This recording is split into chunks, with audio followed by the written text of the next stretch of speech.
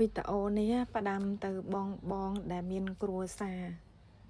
ហើយចាញ់វីដេអូហ្នឹងក៏អត់មាននិយាយក្រៅអីក្រៅពីអារឿងហ្នឹងដែរ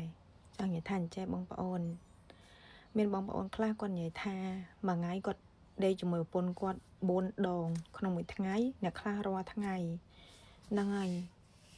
អាងអូននៅងើបដាក់បានតែដាក់ទៅណាចាត់ងាប់លើបកងខំទៅខំបាបកម្មមានពិតណាមុននឹងយើងប្រើប្រាស់យើងត្រូវគិតពីដៃគូរបស់យើងជាមនុស្សស្រីផងរបស់ក៏ដោយម៉ាស៊ីនក៏ដោយពេលខ្លះគេប្រើគេដោះមូលគេដាក់មិនអីមិនវានៅលងកម្មហើយទ្រាំតាមមនុស្សបងប្អូនឯងគិតមើល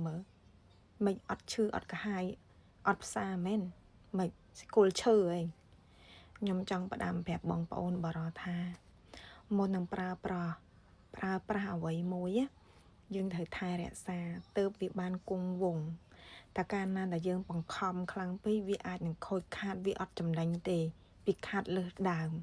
អញ្ចឹងប្រើឲ្យចេះថែរបស់ទៅវាបានយូរតើនេះសួរស្ដាប់តើអត់មិនមែនខ្វះកណាឃើញរបស់មកដូចអត់ឃ្លានពីថ្ងៃណាខែណាឆ្នាំណាអត់ទេកុំធ្វើអញ្ចឹង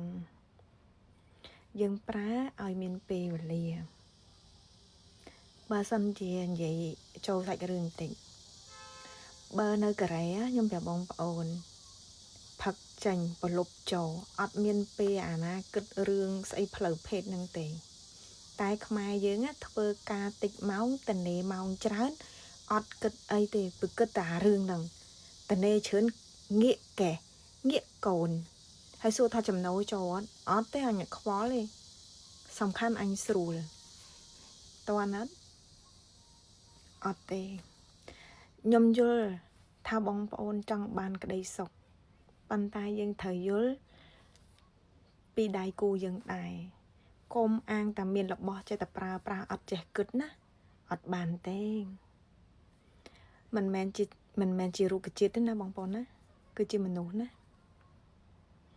បាទរបស់ស្រឡាញ់យើងត្រូវចេះថែរក្សាចេះថ្នាក់ថ្នមចេះលាងទឹកចេះអីចេះថែរក្សាចេះជូតចេះបោស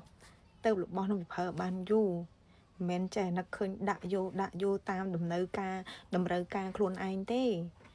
បងប្អូនណាមនុស្សប្រុសបែបនេះអនាគតទៅមនុស្សស្រីហ្នឹងគាត់នឹងមានបញ្ហារោគស្ត្រីតែម្ដងបើសិនជាមនុស្សប្រុសហ្នឹងគាត់នៅតែប្រព្រឹត្តអាមួយថ្ងៃ4ដង5ដងហ្នឹងហើយខំទៅនាងខំទៅតិចទៀតអនាគតទៅប្រពន្ធធ្លាក់ខ្លួនឈឺជាមើលបានលុយណាមើលជំងឺប្រើដៃទៅអានេះហើយមានរបស់ប្រើដាក់ចេះប្រើចេះថែ